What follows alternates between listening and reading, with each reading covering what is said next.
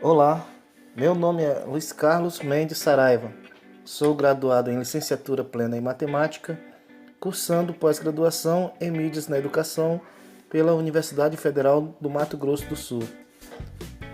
Esse podcast, intitulado Equações de primeiro e segundo grau, origem do termo equação e diferença entre as equações, tem por objetivo principal falar sobre as equações, apresentando diferenças básicas sobre esses dois temas que estão presentes na disciplina de matemática a partir do 7º ano do ensino fundamental em diante. Então, pessoal, para a gente começar a compreender o estudo das equações, é importante saber que equação é uma palavra que vem do latim, que deriva do latim, que significa equatione, ou seja, equacionar. Na verdade, para a gente resolver uma equação do primeiro grau, a gente precisa sempre ter em mente que precisa do sinal de igual, né? Então daí vem a palavra equatione, né? Ou seja, igualdade. Assim, pessoal, o termo técnico da palavra equação, ou seja, a definição, seria assim: é toda sentença matemática aberta em que existe uma ou mais letras que representam números desconhecidos, né? Então, um dos objetivos da equação é determinar números que nós não conhecemos. Então, pessoal, observa aí o exemplo. O dobro de um número adicionado a 8 é igual a 14, não é? Então, quando a gente fala o dobro de um número, esse número é o número desconhecido. Quando a gente fala adicionado, não é? Então vem aí um sinal de mais na nossa mente. Adicionado é igual. Olha só a palavra igual aparecendo. Igual de igualdade, lá do latim, é igual a 14. Então, pessoal, reorganizando essa equação, não é? Colocando ela, interpretando ela como nós dizemos em sala de aula, a equação ficaria assim: 2x mais 8 é igual a 14. Temos aí a formação de uma equação do primeiro grau. E como a gente resolve essa equação? Veja bem, 2x mais 8 nós dizemos que se encontra no primeiro membro da equação. Depois do sinal de igual, que está o 14, nós dizemos que é o segundo membro da equação, não é? No caso, nós estamos tratando aqui a equação do primeiro grau. E como nós fazemos para resolver uma equação do primeiro grau, depois de ter interpretado ela, né? No primeiro membro, nós deixamos os valores que têm variáveis, né? Que tem as letras, que tem o que nós chamamos de incógnita. No caso em debate, no caso em questão, 2x, nós deixamos 2x sozinho no primeiro membro. Colocamos o sinal de igual e transferimos para o segundo membro os valores que não têm letras, os valores que não têm incógnita. Então, como ficaria a equação agora? Ficaria da seguinte forma: 2x é igual a 14 menos 8. Por que menos 8? Porque na operação anterior o 8 estava com sinal de mais, ou seja, estava positivo. E quando ele vai para o segundo membro, ele troca o sinal. Nós dizemos que ele troca o sinal. Então ficará 14 menos 8. Prosseguindo com a resolução, na outra linha nós temos que repetir o 2x. Então temos 2x é igual a 6. Por quê? Porque 14 menos 8 é igual a 6. Prosseguindo com a resolução, nós deixamos o x isolado no primeiro membro, colocamos o sinal de igual, repetimos o 6 e o 2, que na operação anterior estava multiplicando pelo x, ele passa agora dividindo o 6. Então nós temos x é igual a 6 dividido por 2. E 6 dividido por 2 é igual a 3. Encontramos aí, né, o valor desconhecido que a gente estava procurando, né? É o 3, o que nós chamamos também de incógnita, de variável. O termo desconhecido é o 3. Porém, pessoal, eu vou deixar aqui um registro histórico e dizer que a resolução das equações ao longo da história nem sempre se deram com letras, nem sempre se deram com incógnitas como nós chamamos hoje. Era uma prática comum na antiga Índia os sábios se reunirem em praça pública e ficarem disputando com o outro sábios o que eram chamados de verdadeiros enigmas. Então, apenas outros sábios eram capazes de interpretar os enigmas propostos, né? E ali eles desprendiam muito tempo, eles tinham que usar muita geometria que já era utilizada na época. Então vale a pena dizer que nem todo mundo conseguia resolver esses problemas.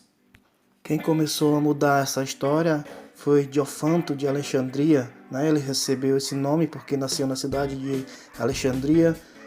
Ele viveu por volta de 325 a 409 depois de Cristo. A partir dessa data, dessa época, começou a aparecer os símbolos, né? Então, Diofanto é considerado o pai da álgebra. Então, veja bem, pessoal, é bastante interessante perceber que as equações causam bastantes debates, né, entre as pessoas, porque as pessoas perguntam de imediato onde é que o estudo das equações, onde é que as equações são aplicadas. Ora, ela é aplicada a todo momento em nossas vidas, a todo momento estamos praticando, né, embora sem saber, o estudo das equações, né? Veja bem, quando vamos comprar pão na padaria, né, o preço que nós vamos pagar depende da quantidade de pão que compramos, não é?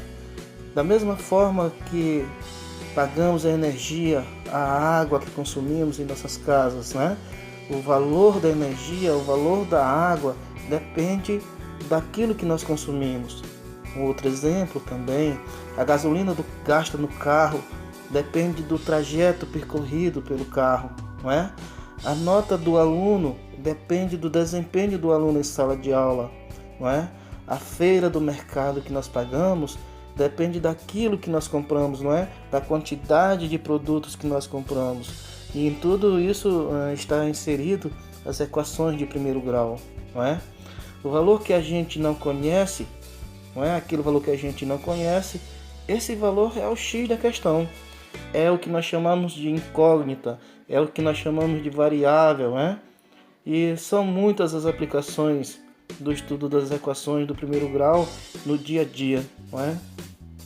Pessoal, então as equações do segundo grau, ela requer que o aluno tenha total domínio da resolução das equações do primeiro grau, para daí para frente a gente começar a resolver as equações do segundo grau.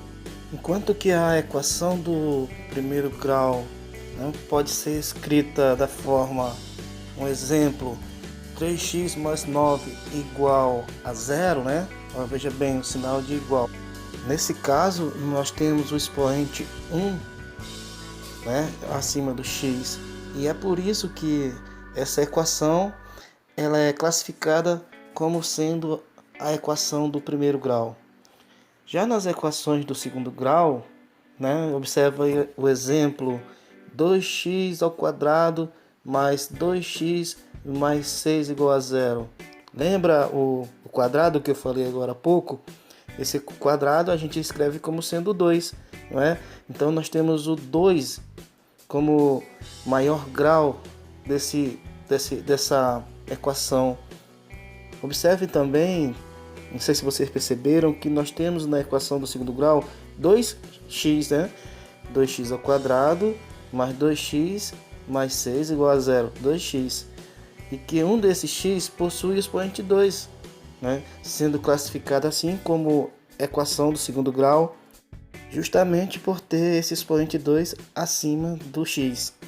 Então, pessoal, uma das maneiras de resolver as equações do segundo grau, um procedimento muito utilizado na sala de aula, é através da fórmula de Bhaskara, não é? E quem foi Bhaskara? Bhaskara foi um matemático, astrólogo, astrônomo e professor, né? Nasceu na Índia, se tornou conhecido por ter criado a fórmula matemática aplicada na equação de segundo grau. Então,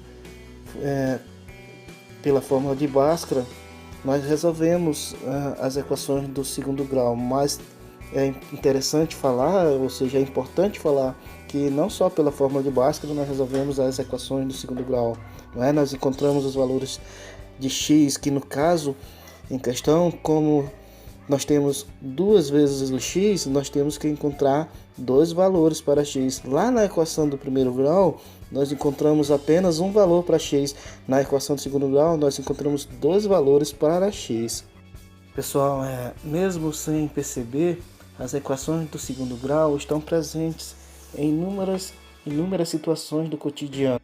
Veja bem, você já deve ter estado na beira de um rio, né? Ou de um lago e atirado uma pedra para o centro da água, ou então jogado um objeto, ou até mesmo chutado uma bola para o alto e observou a trajetória daquela bola, né? Quando vai caindo. Já deve ter observado as curvas de uma ponte, né? Numa imagem ou até mesmo presenciado. Então são as aplicações das equações na engenharia. Por exemplo, também nós temos a relação ao qual o lucro de uma empresa se dá em função do tempo de trabalho dos funcionários, que pode ser calculado tanto com noções de equações do primeiro como do segundo grau. São aplicações práticas, né? Que temos também o cálculo de área de uma região, né? Medir os lados de uma figura quadrada, a quantidade em metros quadrados que se tem que comprar para pôr o piso de uma casa. São essas algumas aplicações das equações do segundo grau. Na natureza, nas salas de aulas, nos estudos de eventos meteorológicos, no mundo dos negócios e até em outras áreas, como por exemplo a física, a biologia, a química e a geografia, a matemática se faz presente e está envolvida em quase tudo que fazemos no dia a dia. É no estudo da matemática que existe o que chamamos de equações, e o processo de criações de muitas equações revolucionou o mundo inteiro. Outras só ficaram conhecidas muito tempo depois de serem criadas, e existem aquelas que foram esquecidas durante um tempo, mas que, ao longo dos anos, trouxeram uma enorme contribuição a fenômenos estudados pelo homem. As equações mostraram seu aspecto histórico, com ênfase na importância que as mesmas trouxeram e suas aplicações no mundo moderno. Muitos matemáticos tentam formular equações e desenvolver avanços significativos em seus estudos, e com a ajuda das equações, os homens estudam os padrões e tentam criar fórmulas para ajudar a entender os seus estudos, transformando assim o mundo em que vivemos. Curso de pós-graduação Lato Sensus em Mídias na Educação, SEDFOR, Secretaria Especial de Educação à Distância e Formação de Professores, Universidade Federal do Mato Grosso do Sul. Marcelo Augusto Santos Turini, reitor da Universidade Federal do Mato Grosso do Sul. Naldo Franco de Almeida Júnior, pró-reitor de Pesquisa e Pós-Graduação. Cristiano Costa Gilmão Vieira, secretário especial à distância e formação de professores. Dayanes Dan Toneto Higner, coordenadoria do curso de pós-graduação Lato Sensus e Mídias na Educação. Luiz Carlos Mendes Saraiva, autor. Este trabalho está licenciado com a licença Creative Commons, atribuição não comercial com partilha igual 4.0 internacional.